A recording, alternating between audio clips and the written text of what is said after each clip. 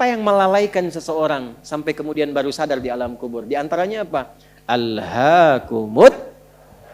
Nah, terlalu tertambat hatinya dengan dunia. Harta. Enggak dilarang memperbanyak harta, silahkan banyakin. Tapi untuk apa? Fi sabilillah. Taati Allah dengan harta itu.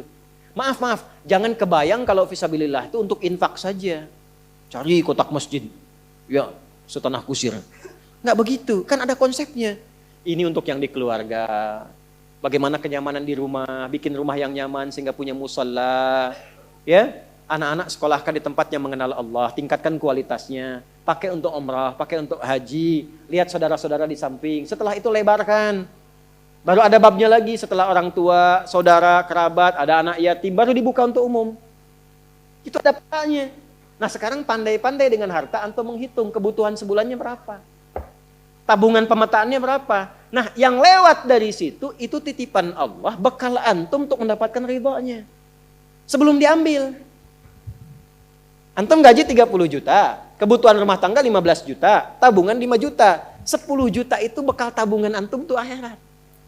Maka babnya keluarkan di Quran. Apa bab ibadah lewat harta? Tunggangi itu. Jangan terlalu bergantung. Nanti begitu meninggal baru sadar. Mau balik lagi nggak bisa. Antum sekarang punya kedudukan. Suatu saat hilang kedudukan itu.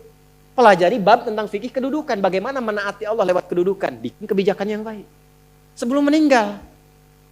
Antum lagi belajar sekarang. Taati Allah lewat ilmu. Bagaimana cara belajar yang benar. Sebelum meninggal. Ada yang kerja ngumpulkan harta aja. Ya, ada yang ngumpulkan, hitung sebanyak-banyaknya sampai lupa, tidak menjadikan semua itu sebagai bekal pulang. Selanjutnya, Al-Adiyat ayat 9. Afala ya'lamu idza bu'athira ma fil qubur wa husila ma fis. Tuh.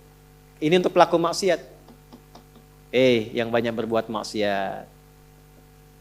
Apa nanti enggak malu dan enggak khawatir kalau itu diungkap di alam kuburnya? Silahkan Anda tutup-tutupi saat di dunia. Tapi kalau nggak ditobati, di alam kubur akan terasa. Saya ulangi, di alam kubur akan terasa. Silahkan tutupi. Jadi ada dua tipe pelaku maksiat ini. Yang pertama, pelaku maksiat yang menutupi kemaksiatannya, tapi tidak tobat. Ya, awas, ini tipe pertama. Yang saya maksudkan pelaku yang tidak tobat ya, bukan yang tobat. Jadi pelaku maksiat, dia sadar dia maksiat. Dia bisa tutupi dari manusia, tapi dia pilih nggak tobat. Nah ini nanti akan diungkap di alam kubur dan diberikan satu muqaddimah azab nerakanya. Yang kedua, pelaku maksiat yang sadar dengan maksiatnya dan secara terbuka dia bermaksiat. Karena merasa kuat dengan menunaikan atau mengerjakan perbuatan maksiat itu. Ya. Nah itu dua tipe seperti itu. Turunlah kemudian surah Al-Adiyat ini salah satunya. Afala ya'lamu idza bu'athira ma fil qubur wa husila ma fis, akan diungkap satu saat nanti. Kalaupun Anda tutupi. Tapi bagi yang terakhir, perhatikan baik-baik. Bagi yang merasa nyaman dengan kekuatannya, baik itu kedudukan ataupun harta, sehingga terang-terangan berbuat maksiat dan merasa tidak ada yang mampu untuk mencegahnya, itu saat masuk kuburnya langsung ditampakkan neraka pagi dan petangnya. Di surah Ghafir surah ke-40 ayat 46. An-naru yu'raduna 'alaiha ghuduwan wa 'ashiyya. Hati-hati. Ya, hati-hati. Wa yauma taqumus sa'atu adkhilu ala fir'auna asyaddal adzab. Jadi maaf orang-orang yang maaf sekali gemar mengumpulkan harta hanya untuk pamer saja, untuk mengoleksi dunia. Tak pernah punya visi hidup untuk pulang, maka mesti hati-hati. Alhaakumut takatsur. Orang yang maksiat terbuka nggak mau sadar mesti hati-hati, ya, karena cara pulangnya itu berbeda. Teruskan. Quran surah Al-Infitar ayat keempat. Ketiga, kan 8 ya semua ya. Wa idzal quburu bu'thirat. Al-Infitar ayat keempat. Apabila yang dikubur itu sudah terungkap, terbuka semua. Maksudnya selesai. Terbelah. Ini kiamat. Jadi dikubur pun nggak selamanya. Ya. Ada yang pengen abadi di alam kubur? Tidak, nggak selamanya. Ya. Jadi kalau yang nikmat di alam kubur tadi, kan diberi kenikmatan ya. kenikmatan pembuka. Itu cuma mukadimah aja Pak Bu. Insya Allah nanti kalau sudah masuk kubur, ya insya Allah mudah-mudahan dimuliakan. Itu kalau dapat kemuliaan, itu cuma pembuka. Itu cuma pembuka saja, mukadimah saja. Diberi kenikmatan melimpah, enak, istirahat, nyaman dan macam-macam, ya. Itu cuma pembuka aja. Nanti satu masa selesai di situ. Wa idzal quburu bu'tsirat. Selesai semuanya, balik kita ke alam lain, puncaknya ke akhirat. Nah, ayat ini Al-Infitar ayat yang keempat ingin menegaskan di alam kubur pun tidak abadi, pindah. Oh, berarti yang pelaku maksiat tadi menyimpulkan, gak apa-apa kan cuma sementara mimpinya bangun. Iya, Cepi, cuma saat bangun lebih dahsyat. Jadi yang dimimpi keluar semua. Ya. Ya. Terus, Quran Surah Abasa. Ya, Surah 80 ayat 21. Baik, pelan-pelan. Kalau tadi kan sudah diungkap ya. Di kuburnya bagaimana, nikmatnya bagaimana, bahayanya bagaimana yang mengancam. Nah, sekarang kita akan masuk ke kubur tidak? Akan masuk tidak? Nah, maka di Abasa ini diingatkan. Quran surah 80 ayat 21. Thumma amatahu fa'aqbarah. Orang yang hidup itu satu saat pasti akan diwafatkan. Kalau sudah wafat akan dikuburkan. Di semua kita tidak ada yang bebas dari penungguan di alam kuburnya. Tadi tunggu. Ini, CAQ semua kan? Calon alam kubur. Kita akan masuk nih. Jadi Allah sadarkan mumpung masih hidup, dari dua kejadian tadi, ambil ibrahnya, siapkan diri kita, karena kita nggak akan bisa menolak kematian. Kalau sudah wafat, pasti dikubur. Teruskan dulu ya, kita agak cepat. Al-Mumtahanah ayat 13. Sudah? Ini nyambung semua ayatnya, indah sekali. Jadi kalau kita sudah sadar, ini resiko kebaikan, ini resiko keburukan, dan kita tahu akan wafat, akan dikuburkan, bagaimana cara persiapannya? Supaya nggak lalai tadi ya. Maka Al-Mumtahanah ayat ke-13. Ya ayyuhalladzina amanu la tatawallaw qauman ghadiballahu alaihim. Qad ya'isu kama ya'isal kuffara min apa? Ashabil kubur. Maka jangan banyak bergaul dengan orang-orang yang menjauhkan kita dari ridha Allah Subhanahu wa taala. Cari teman yang baik sekarang. Pertama, maaf, bikin kebaikan di rumah tangga dulu. Itu kan teman hidup. Ya. Awas, hati-hati. Kalau melihat istri kurang baik atau sebaliknya, jangan dihakimi, jangan difonisi. Justru Allah kirimkan antum itu untuk menebarkan kebaikan dan menyempurnakan kesemaan bersama. Jelas? Jadi sekarang yang dilakukan teman hidup dulu. Rubah jadi baik dulu. Anak-anak jadi baik dulu. Setelah itu cari tempat tinggal yang baik. Bergaul dengan orang baik. Antum yang kuliah cari teman yang baik. Antum yang kerja cari teman yang baik. Maaf. Kalau ada tawaran, kedudukan, hartanya berlipat, tapi menjauhkan Anda dari Allah, ingat ini. Thumma amatahu fa'aqbarah. Ingat saat ditawari itu Anda meninggal. Dikubur. Dan ingat ancamannya. Ingat pasalnya tuh. Ya, ingat suratnya. Paham?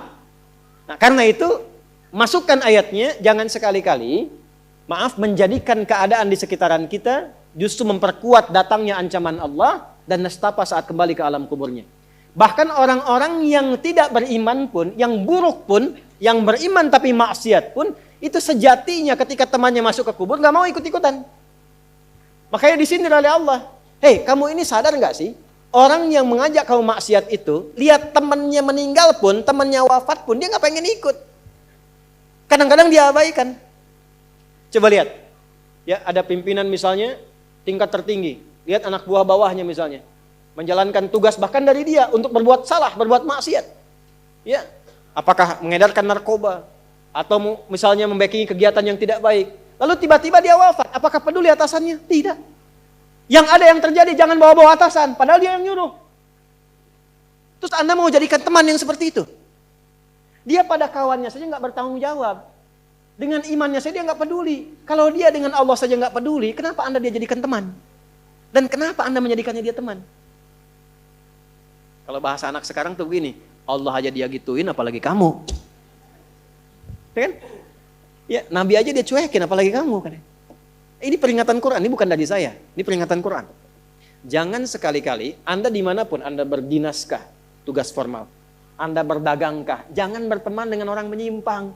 Karena saat Anda susah pun yang akan peduli. Temannya aja yang sama-sama berbuat menyimpang, dia sisihkan, apalagi Anda.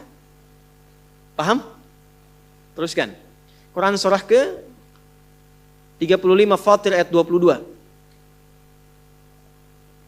Wa ma yastawil ahya'u wal amwat. Innallaha yasma'u man yasha' wa ma anta bimusmi'in man fil qubur. Kalau Anda masih belum sadar juga, kata Allah, hei, kamu ini masih hidup, masih punya harapan, masih punya bekal. Kalau sudah meninggal, nggak sama keadaan orang hidup dengan wafat. Mumpung kamu masih hidup, karena kalau sudah meninggal, temanmu yang meninggal pun kamu nggak bisa dengar suaranya. Cuma saya yang tahu keadaan di alam kubur. Karena saya tahu, kata Allah, dan saya punya Rahman dan Rahim, dengan sayang saya sampaikan kepadamu. Karena sayang saya. Ibu maaf, kalau ada anak misalnya, ingin berbuat menyimpang, ibu cegah tidak? Kenapa? Karena ibu sayang. Karena itulah ibu saking sayangnya, maaf, jangankan anak lahir, di dalam saat dikandung pun bukankah dijaga dari yang mafsadat? Dijaga dari yang merusak. Ibu kalau sedang mengandung, mau nggak makan makanan yang kotor? Makanan yang merusak? Tidak kan? Kenapa? Karena sayang kepada bayi yang dikandung, janin yang terkandung. Di tempatnya pun disebut oleh Allah dengan rahim. Karena ada rahim, dijaga betul. Miring kanan susah, kiri susah, telungkup gak mungkin. Dijaga supaya apa? Supaya di dalamnya merasakan ketenangan. Karena apa? Karena ada tempat disebut dengan rahim. Nah, Allah itu sifat rahim melekat kepadanya. Karena sayang dengan kita, diingatkan. Bahasa bebasnya gini, karena saya sayang engkau dengan rahimku. Karena saya cinta kamu dengan rahmanku. Jangan sampai masuk kubur, kamu tersiksa, kamu nestapa. Karena beda antara hidup di dunia dengan kehidupan di kubur. Mumpung masih hidup, cari bekal. Karena engkau tak mampu mendengar apa yang terjadi dalam kubur. Jadi kalau tadi Allah sampaikan, jangan bergaul dengan yang begini, jangan terlena dengan yang seperti ini. Itu karena Allah sayang dengan kita. Itu saja. Jelas ya? Ya, jadi kalau nggak sayang, nggak akan mungkin diingatkan. Teruskan. Al-Hajj ayat ke-7. Yang ketujuhnya Al-Hajj ayat ke-7. Wa anna as-sa'ata atiyatun la raiba fiha wa anna Allaha yab'atsu man fil qubur. Tapi jangan khawatir, sekalipun engkau masuk ke alam kubur, kata Allah, karena sayang, aku pesankan berbekal dari sekarang. Di alam kubur aku penuhi nikmatku kepadamu. Tapi itu cuma sementara, besok-besok selesai aku bangkitkan semua kalian, aku tepati janjiku untuk memberikan surga kepadamu. Karena itulah orang yang baru mau meninggal dalam sakaratul mautnya, kalau benar dia mengikuti apa yang Allah pesankan dari ayat-ayat tadi, maka Allah berikan pendahuluan sebelum masuk kubur. Ditampakkan bahkan surganya di hadapannya, dimasukkan dalam golongan hambanya, ditenangkan saat wafatnya. Ya ayyatuhan nafsul mutmainnah, irji'i ila rabbika radiyatan fadkhuli fi wadkhuli. Nah, jannahnya ditampakkan. Terakhir, At-Taubah ayat 84. Quran surah At-Taubah ayat 84. Kalau ada orang yang tidak peduli dengan peringatan ini. Ini 7 ayat nih, itu pesannya. Ini bukan ilmu ta'ati ya, untuk mengingatkan saja. Kadang kita sulit sih, tapi kalau antum ngambil jurusan yang sama, itu insya Allah mendapatkan kenikmatannya. Contoh begini misalnya. Kenapa ada ayat di Quran itu jumlah bilangannya sama? Serupa dengan lawannya. Malaikat disebutkan 88 kali. Setan disebutkan 88 kali. Nah, lawan tugas malaikat itu setan. Malaikat membisikkan kebaikan, setan memprovokasi keburukan. Jumlahnya sama. Karena setiap hari pun kita nggak akan bebas dari 2 bisikan itu, baik atau buruk. Nah ini, kenapa ayat pengingat alam kubur dan kehidupan dunia 7 kali? Salah satu pesannya adalah karena kita 7 hari beraktivitas selama hidup di bumi itu. Maka diingatkan setiap hari. Maka setiap hari itu mesti ingat kematian. Sebelum tidur istighfar, siap nggak bekalnya, lihat temannya, selamat nggak keluarganya, ya maaf sekali, saya berulang kali minta maaf nih, ya berulang kali. Ada seorang suami saleh, istrinya salehah luar biasa. Satu kali suaminya karena kelelahan, bangunnya agak terlambat, alhamdulillah. Biasanya jam 3, ini setengah 4 bisa. Itu istrinya bangunkan sambil bersenandung.